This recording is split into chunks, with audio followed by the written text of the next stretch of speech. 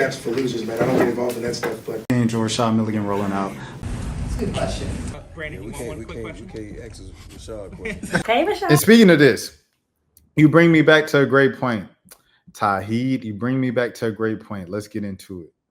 Hold on. I'm trying to go backspace and then I'm gonna share this tab again. With this, right? So the Kai Cenat thing, right? The Kai Cenat thing. So Kai's reaction to this was very passionate, everything like that. And after he said, it was all right. It was all right. I'll give it a so-and-so. I'll give it a so-and-so. He gassed this one and gave it an 8 out of 10 immediately. Malik, my bad, Malik. Gave it an 8 out of 10.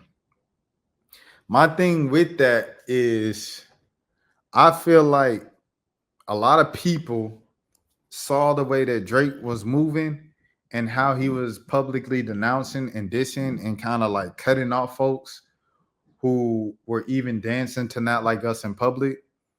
And it got to the point where other people felt like they had to overcompensate publicly in defending Drake, that they just gassed everything Drake did and everything that Kendrick did. They act like they didn't acknowledge it, act like they didn't see it, to remain friends with Drake. Now, why? I don't know. I don't know, bro. I don't know. I know some people, like, I could imagine probably like a Sexy Red, a JT, or someone like that.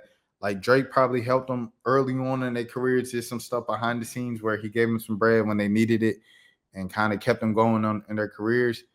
But overall, bro, it's like, I'm not scared, bro. Like, I'm really not. Like, if you want to do this media thing, that's the thing too. When we going with influencers versus media members, traditional journalists, right? Traditional journalists, traditional media, everything like that. You know, Elliot was having the thing. He was mad that all the big artists wanted to come on Kai Cenat stream and they want to come on iShowSpeed and DDG and Aiden and all this and stuff like that. They wanted to go on the big streamers.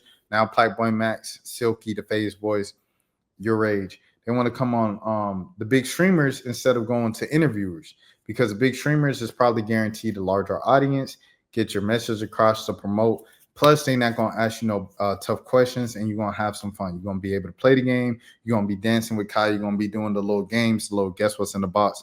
You're going to be having fun, as opposed to someone asking you and grilling you about who you're dating and relationships and everything like that, right? I get that. Salute.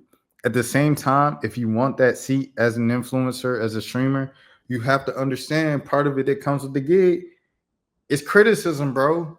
And you got to criticize, bro. Like, you got to tell the truth, because if you don't, then you take away from the art of like what you're doing, media, you know, reporting, reviewing, whatever the case might be, because you want to protect your relationship, your friendship with Drake. I just went up here. I've been wanting a Key interview for forever. I've always wanted, you know, Atlanta's approval and everything like that. City of Atlanta approved. That's my hometown.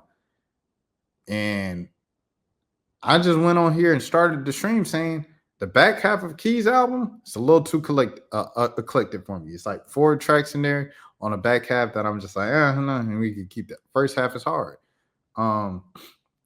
If I would have went up here and said every track is hard, it's non-skippable, it's an immediate classic, 9 out of 10, 10 out of 10, great job, Key, album of the year candidate, just because I wanted an interview with Key and I wanted to be cool on that side of Atlanta, bro, I wouldn't be doing my job, bro. And people wouldn't even be taking it serious.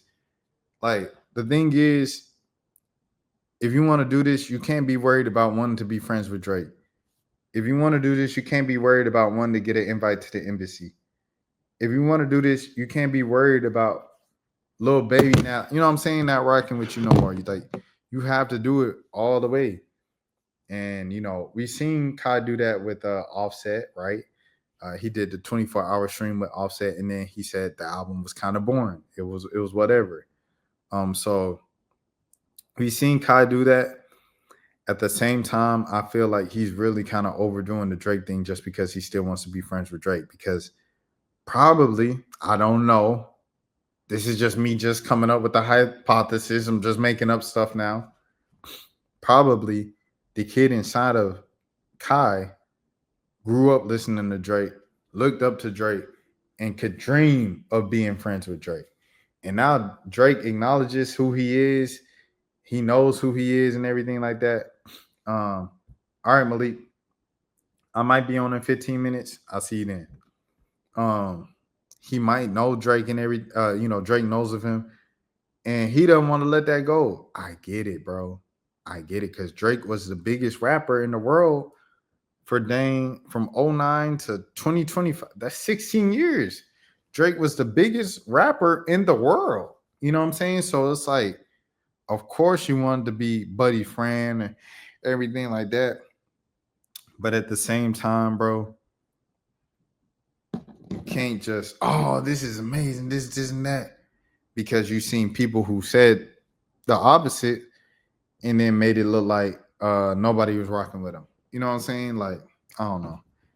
You just had to tell the truth because that's how you get people's respect for real and respecting the game. You know, you can't be in this thing for friends. And I know streaming is different because like a large part of it is guests that separates you from everybody else is guests and IRL content. And that's what makes Kai Cenat. I salute that.